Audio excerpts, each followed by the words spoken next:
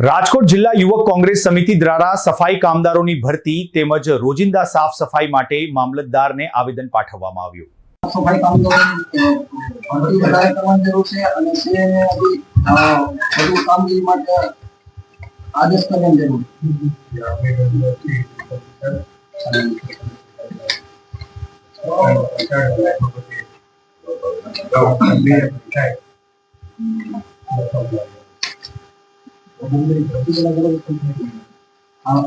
સાફ સફાઈ માટે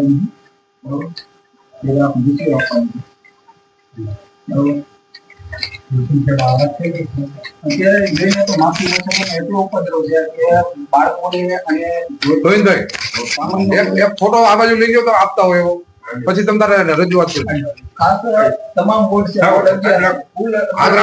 અંદર સફાઈ કામદારમાં નગરપાલિકા મીંડું છે, કારણ કે જેતપુર શહેરની અંદર એની આવક ગણો તો સફાઈને નામે 1,70,00,000 રૂપિયાનો સફાઈનો કર લે છે। ત્યાર પછી નગરપાલિકા હાઉસ ટેક્સ 15,75,00,000 રૂપિયા હાઉસ ટેક્સ આવે છે। ત્યાર પછીનું લાઇટ બિલ આપણે દીવાબત્તી કર કરો તો દીવાબત્તી કરો પણ 1 કરોડથી ઉપર આવતું હોય અને આ જેટલી એટલા કરોડોની આવક છે છતાં પણ જેતપુરની અંદર કોઈ પણ જાતની સફાઈ થતી નથી। અને એટલે ગણતરી કરો કે અત્યારે ભોજાથી માંડી અને એક બારોબારના એરિયા છે એમાં કોઈ પણ સફાઈ કરવા જતું નથી। અઠવાડિયામાં એકવાર સફાઈ થાય છે અને દિન પ્રતિદિન એની આગળથી તમામ લોકો પાસેથી ટેક્સ વસૂલવામાં આવે છે। અને ભરતીની વાત કરીએ તો અત્યારે 300 જગ્યા ખાલી છે નગરપાલિકાની અંદર, એમાં ભરતી થતી નથી। અને આ લોકોએ એવું કર્યું છે કે મળતિયાઓને ઊભા કરી અને એ લોકો દ્વારા કોન્ટ્રાક્ટ દ્વારા ભરતીઓ કરે છે પણ છતાં એ લોકો કોન્ટ્રાક્ટમાં કોઈ ધ્યાન દેતા નથી અને સફાઈ થતી નથી। માટે દરેક જગ્યાએ કચરાના ગંધ પીડા હોય અને ટ્રેક્ટરોથી ઉપાડતા નથી, કારણ કે ભોજાધામની વાત આવી પછી બળદેવધારમાં કચરાની ઘણી ફરિયાદો હોય છે। આ ખાટકીવાળમાં તો હાવ સફાઈને નામે મીંડું છે। એટલે આ જ રીતના તમામ વિસ્તારો બારોબારના છે, એમાં કોઈ પણ જાતની સફાઈ થતી નથી અને આ મસ્ત મોટા બિલ બનાવી અને કાગળ ધંધા કરતા હોય એવી છે। અને જો આમાં કાંઈ પણ કરવામાં નહીં આવે તો આના માટે અમે ઉગ્ર આંદોલન કરશું। વિસ્તારની અંદર એમ કહેવાય કે 40 થી 45 વર્ષ અંદાજે પછી તમે આપણા વિસ્તારનું તમે બોલી નહીં। મને યાદ છે કોંગ્રેસના શાસન દરમિયાન જે કાયમ સવારે સાવણા લઈ અને ગટર સાફ કરવા વાળા ભૂગર્ભ ગટર પણ નહોતી, પણ છતાં ગટર સફાઈ કામદારો અને કચરા સાફ કરવા વાળા કામદારો તે બધા સવારમાં વહેલા 7 વાગ્યામાં 6 વાગ્યામાં જોવા મળતા। પણ ભાજપના શાસન દરમિયાન આવું ક્યાંય કોઈ નજરે જડતું નથી। મારા વિસ્તારમાં આજ દિન સુધી કોઈ સફાઈ કામદાર આવેલ નથી। 9 વર્ષ હોય ત્યારે એકવાર ખાલી સાવણો લઈ 5-10 મહિલાઓ આવી અને સફાઈ કરીને વહી જતા હોય। એટલે સફાઈ નામે અને ખાસ કરીને જેતપુરના જે પછાત વર્ગ છે, પછાત વર્ગની અંદર તો શું હોય કે કોઈ સાફ સફાઈ નામે ઝીરો જ છે।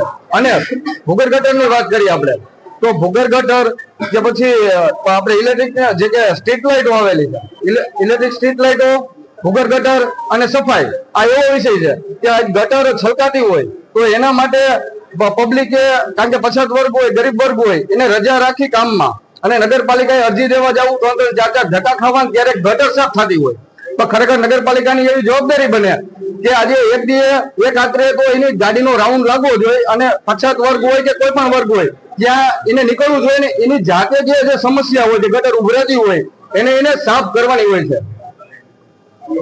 નગરપાલિકા ચૂંટણીને 1 વર્ષ પૂર્ણ થવામાં આજે થોડા મહિનાની વાર છે અને સુધારી સભ્યો ચૂંટાયા બાદ એને પેલું એવું વચન આપ્યું હતું કે પછાત વિસ્તારોની અંદર સફાઈ કામદારો અમે પૂરતા અમે પાડી દેશું, પણ 1 વર્ષ પૂર્ણ થવામાં થોડા મહિનાની વાર છે પણ હજી સમૂહ સફાઈના નામે પછાત વિસ્તારના લોકો સાથે મજાક કરી રહી હોય તેવું જણાય છે। હાલ હમણાં વોર્ડ નંબર 9માં સોમવારના રોજ સમૂહ સફાઈના નામે સફાઈ કરવા આવેલ હોય, 5 વાગે આવ્યા અને 6 વાગે વહી ગયા। હાલ એ વિસ્તારની તમે પરિસ્થિતિ જોઈ આવો, સમૂહ સફાઈમાં કેવું સફાઈનું કામકાજ કર્યું છે એ જોઈ લેવા વિનંતી। સાફ સફાઈના નામે હાવ ઝીરો છે, ઉપરથી કરોડો રૂપિયા આવેલા છે તોય પણ એમ કે સફાઈ નામે કામદારો નથી તો કામદારો વધારો. સેનિટેશન શાખામાં એટલું ગંદકીનો કચરો છે કે વાત પૂછોમાં. અને એ ટેક્સ લઈને એમ કે ઘરના ઘર ભરે છે. ઘર ભરવા કરતા તો સફાઈ કરાવો ને, બાળકો બીમાર ન થાય, પુરુષો બીમાર ન થાય એટલા માટે કહું છું કે સાફ સફાઈ કરાવો. મારા ઘરના જ ખુદ અત્યારે બીમાર છે, અત્યારે સરકારી દવાખાનામાં હોસ્પિટલમાં દાખલ છે. તો એના માટે હું એમ કહું છું કે આ બધા સાફ સફાઈ કરી નાખો. હું તો કહું નગરપાલિકામાં હાવ કચરો સાફ કરી નાખો. 9 નંબર વોર્ડમાં સોમવારે સાફ સફાઈ માટે સમૂહ સફાઈ માટે આવેલા હતા. સાંજે 5 વાગે આવેલા અને ફાટક પાસે 15 થી 20 જણા સાફ સફાઈ કરી ફોટા પાડીને વહી ગયા. એટલે હું હાજરમાં ઉભો હતો એટલે મેં પૂછ્યું, સાહેબ આગળ કરવાનું છે કે નહીં? તો કે હવે 6 વાગી ગયા છે એટલે કાલે આવશે.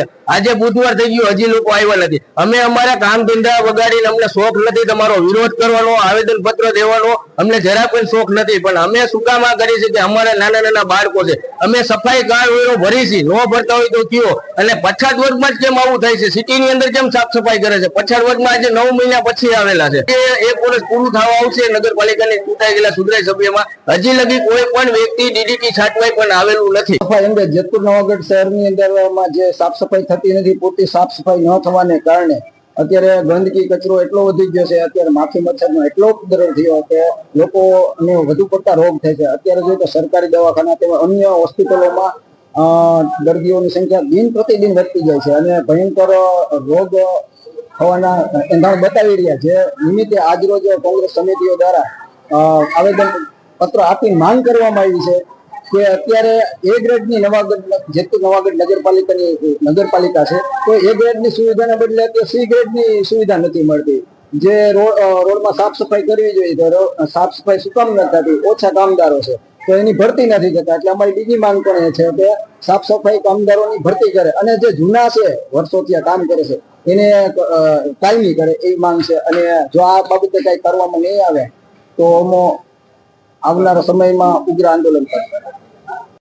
ભાદરનો સામો કઠો નાજાવાળા ફૂલવાડી મોટો એરિયો હોય, 4,000-5,000 મતદારો હોય, તેમ છતાં આજે 40 વર્ષથી આ સામાકાંઠાની અંદર કોઈ કાયમી સફાઈ થતી નથી. વોકરા એટલા ભરેલા હે, એક બાજુ કૌશલપીરની દરગાહ આવે છે, એક બાજુ સમાધિ સ્થાન આવે.